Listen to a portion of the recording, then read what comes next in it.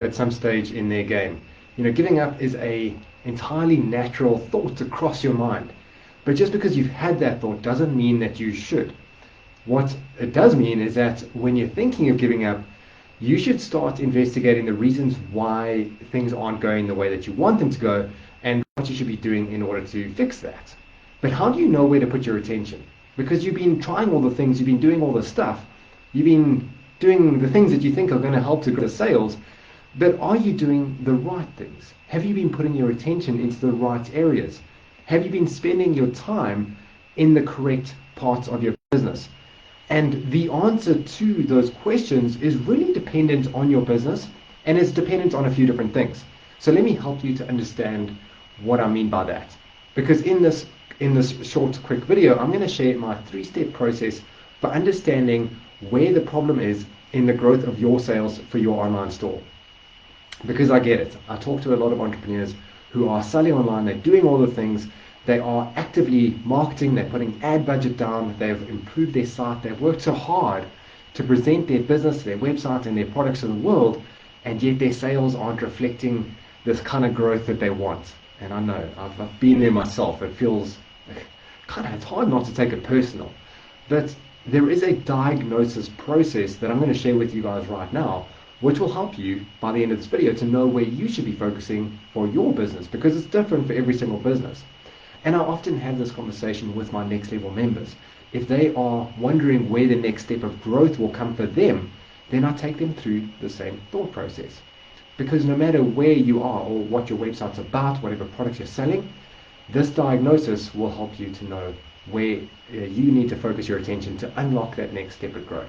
So the first place for you to be looking at is your analytics. Because I know we want to focus on the exciting new trendy stuff, the advertising and all of these new sexy topics that we hear about and we see happening in the market. But I want to take you a step back and take you into the data, into the stuff that is not super exciting, but the information that will help us to understand where you should be focusing your time, especially if you're not happy with your sales. Like if you're putting in all the effort and you're just not seeing the growth that you want, what should you be doing? Well, let's take a look at the data. Because if we were to take a second and imagine that you were running a physical store, like those old school brick and mortar stores, no joking, e-commerce will never overtake or replace brick and mortar. It'll simply complement it. But online sales as a proportion of retail sales is growing amazingly, and I'm so excited that you guys are here in this industry with me. But if we were to think that we were talking about a physical in-store person or physical shop, if you had a shop with your products on the wall and shelves and like countertops and checkouts and staff walking around there, would you expect to sell anything if you didn't have any visitors walking in the front door or even walking past the front door? Well, no, of course not, because you know that customers have to come to your store in order for you to get sales. If nobody's coming in the door, you're not going to get any sales, right? So the first thing we need to look at is your traffic.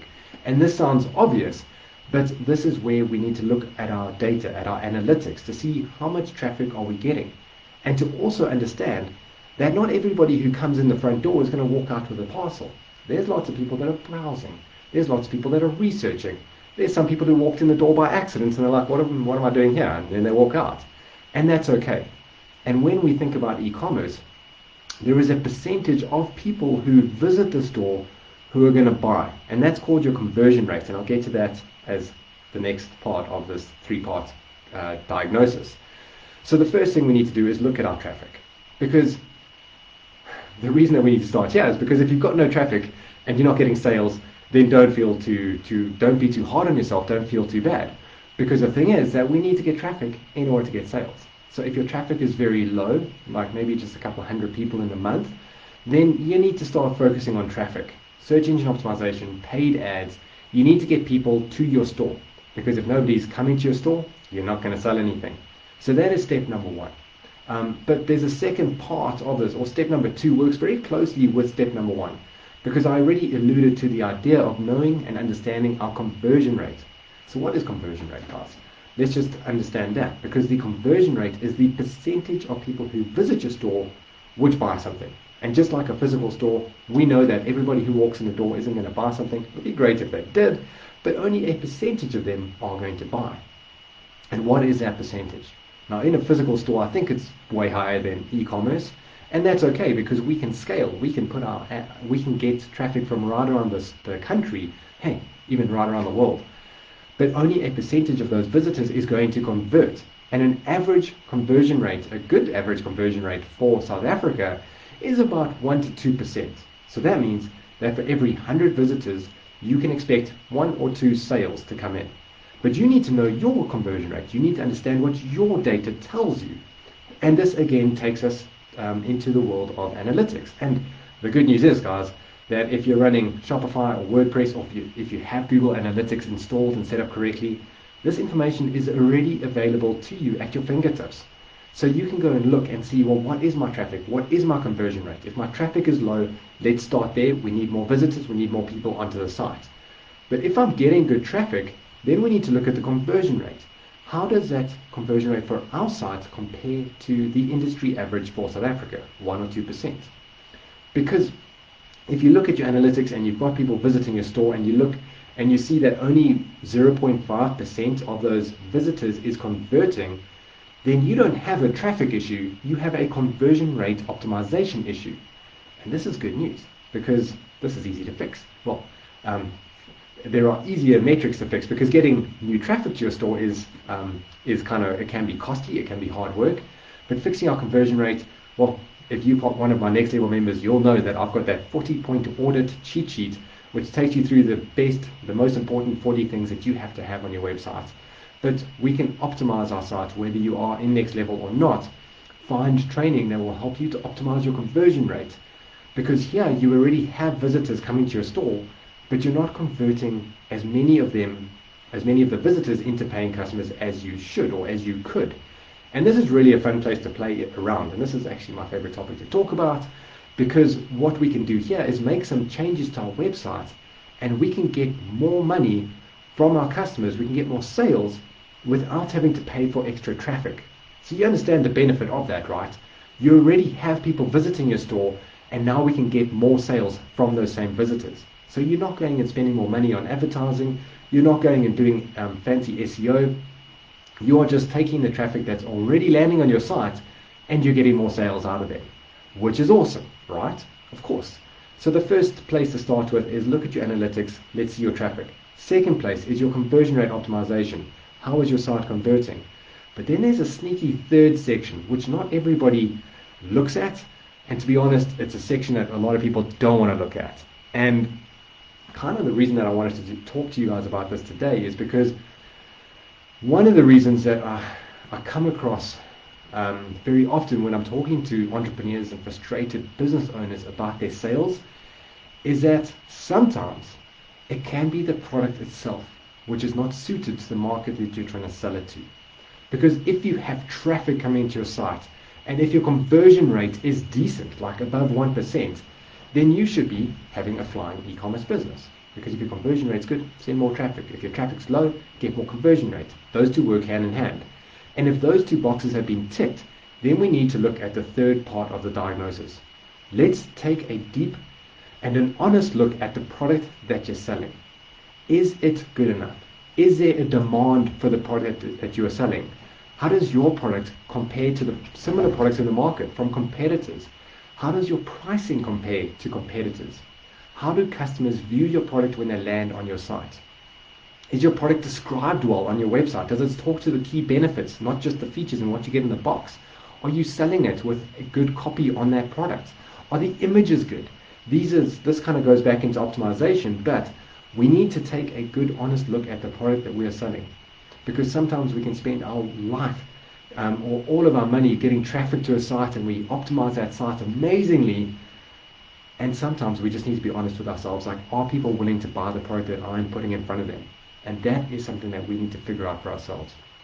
And this is a three-step diagnosis process, because I can help you to diagnose. Like, first step, get traffic. If you don't have traffic, get traffic. If you've got traffic and your site is not converting well, optimize your conversion rate. If you're getting traffic and your site is optimized at a 1 or 2% conversion rate optimization, then we need to look at your product. And this is something that not everybody wants to do, because we put our heart and our soul and our passion and our dreams into this product. We love our products, and we should, because why else would we be selling it? But do our customers love it as much as we do? And simply, it could just be a case of looking at competitive pricing, looking at our product quality, looking at all the aspects of our product just to determine whether people are looking to buy it. You've got to figure out if people are even typing these search terms into Google.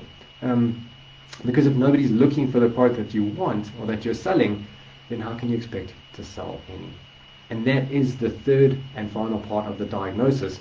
If you are feeling frustrated about slow sales growth, if you are doing all the work and you aren't happy with how your sales are coming in, sometimes we need to take a good honest look at the product and ask ourselves, is this product a good fit for the market? Is there demand for the product that I'm selling? How does our product stack up against competitor products? Quality, pricing, positioning, imagery, all of those factors.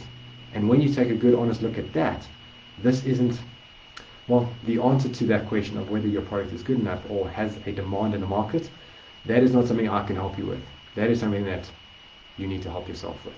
You need to look at that and see if this is something that we can make a few changes to and turn this around and get it positioned and change the price or take better pictures, and then we're going to thrive.